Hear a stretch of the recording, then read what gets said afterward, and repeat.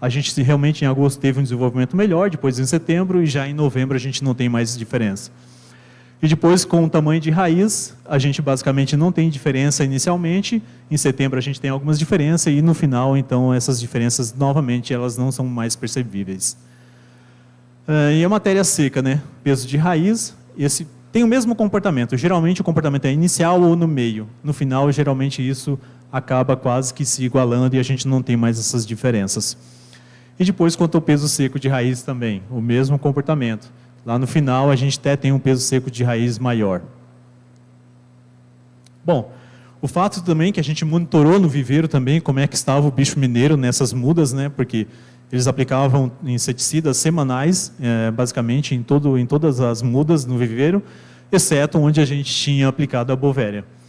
E aí a gente percebeu que, por exemplo, a gente no início, né, lá em agosto, a gente não tinha basicamente nenhum bicho mineiro aí infestando o viveiro.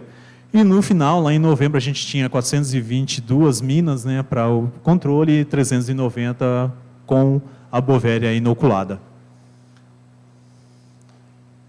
Bom, aqui então é só para falar um pouco mais para vocês. Por exemplo, a gente tem esse inseto, a broca do café, ele tem mais ou menos 750 micrômetros de tamanho. O conídeo da Bovéria, ele tem mais ou menos 5 micrômetros de tamanho. E as gotas que a gente dispersa por pulverizações foliares ou aéreas, a gente tem mais ou menos aí diferentes tamanhos, que vão desde 20 micrômetros até 180, 250 micrômetros. Então, ou seja, as tecnologias de aplicação para atingir o alvo, atingir a Bovéria, elas são muito importantes. Então, isso é uma outra demanda também que o laboratório também tem investido também, é de visualizar tudo que está sendo feito e levar isso também para desenvolvimento interno também, para que a gente consiga um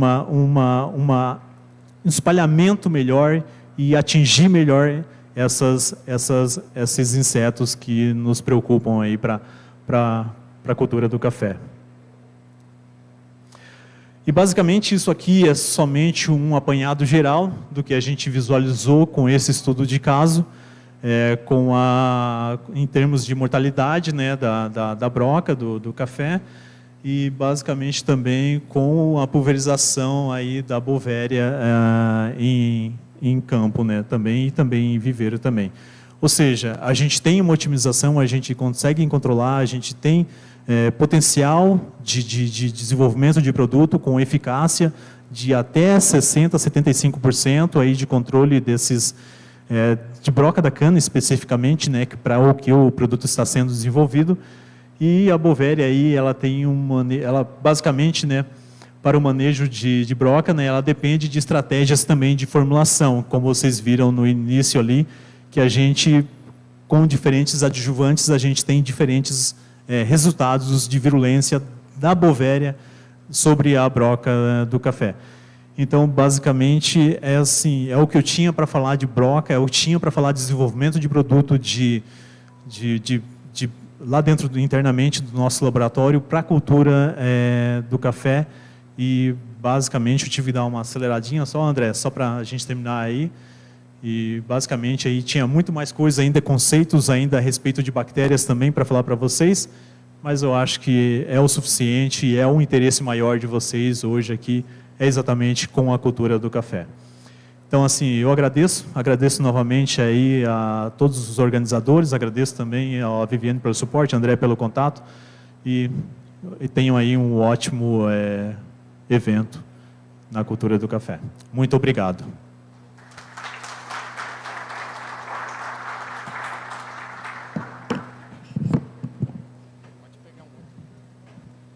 Vai?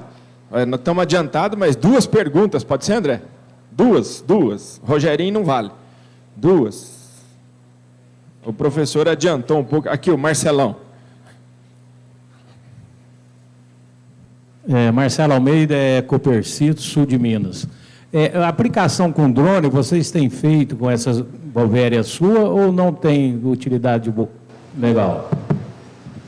A gente tem feito, sim, tem muitos estudos lá no laboratório com aplicação de drone, tanto em citros quanto em café também. A gente tem assim, vários estudos a respeito também, e também em pastagem também para controle de carrapato também, só que usando outros tipos de micro-organismos também. Então, assim, tem muita coisa surgindo dentro do laboratório, tem muita coisa sendo inovada com as empresas de aplicações também dentro do laboratório.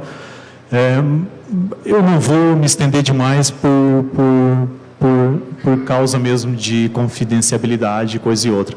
Mas, assim, tem muita coisa sendo desenvolvida com a aplicação de drone e com aplicações que você pode imaginar aí de sair de 400 litros por hectare para 60 litros por hectare, por exemplo, para você levar muito menos água, muito menos peso para essas áreas. E aí, quando a gente fala também do tamanho de gota também, né, que é muito importante. Gotas muito pequenas vão evaporar antes de cair no café. Gotas muito grandes não vão atingir o alvo, a gente tem que buscar um meio termo. Doutor Júlio, rapidão, porque senão o Calegari fica bravo com nós. Parabéns pela apresentação. Eu gostaria de perguntar, você acredita que o controle biológico com Bovéria baciana substituirá o controle químico que todo mundo procura? Professor, eu acho que é uma pergunta complicada e bastante desafiadora em responder nesse momento. Eu acho que eu não tenho experiência suficiente para poder comentar algo nesse sentido, mas eu acredito que não especificamente somente com Bovéria baciana, mas você viu que tinha muitos outros fungos também sendo desenvolvidos dentro do nosso laboratório.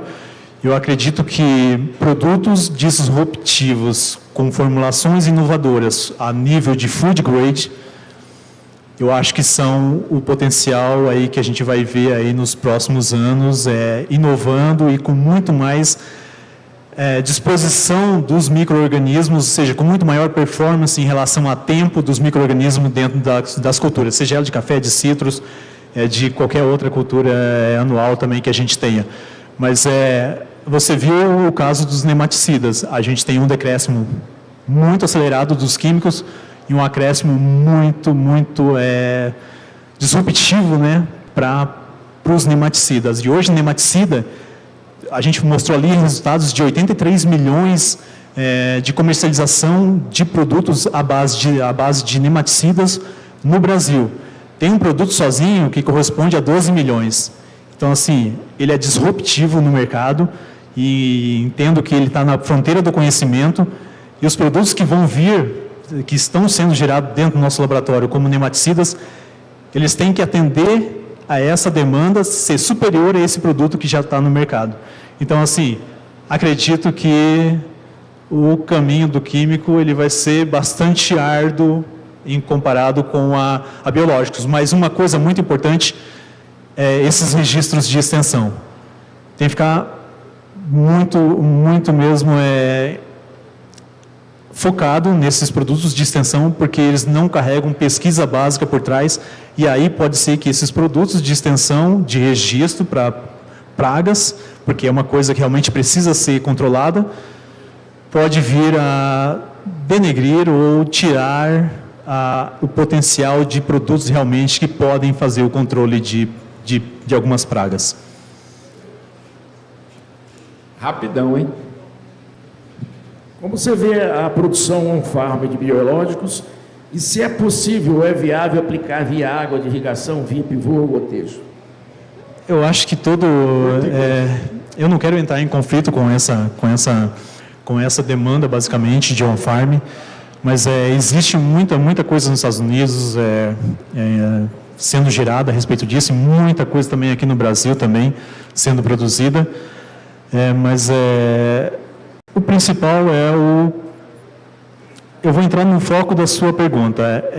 Pode ser aplicada via irrigação, desde que você controle o tempo de irrigação numa área. Não vai ser, o produto vai ser muito diluído, ou o tempo de irrigação não vai ser suficiente para aquela demanda da cultura. Então, assim, tem que tomar cuidados aí com a concentração do produto, porque a gente já viu casos de aplicações desse tipo queimar toda a cultura. Então, tem que tomar cuidado com o que está sendo colocado, com a concentração especificamente do produto. Muito obrigado, professor. Obrigado aos participantes. e recebe o nosso carinho e recebe também uma homenagem aqui da Associação dos Cafeicultores de Araguari. Então, muito obrigado. Vamos dar seguimento. Próxima palestra do nosso workshop Cafeicultura Biológica. Vamos convidar para falar sobre plantas de cobertura no café. Erros e acertos da tecnologia para o uso das plantas de cobertura. E como começar a usar a técnica. Diretamente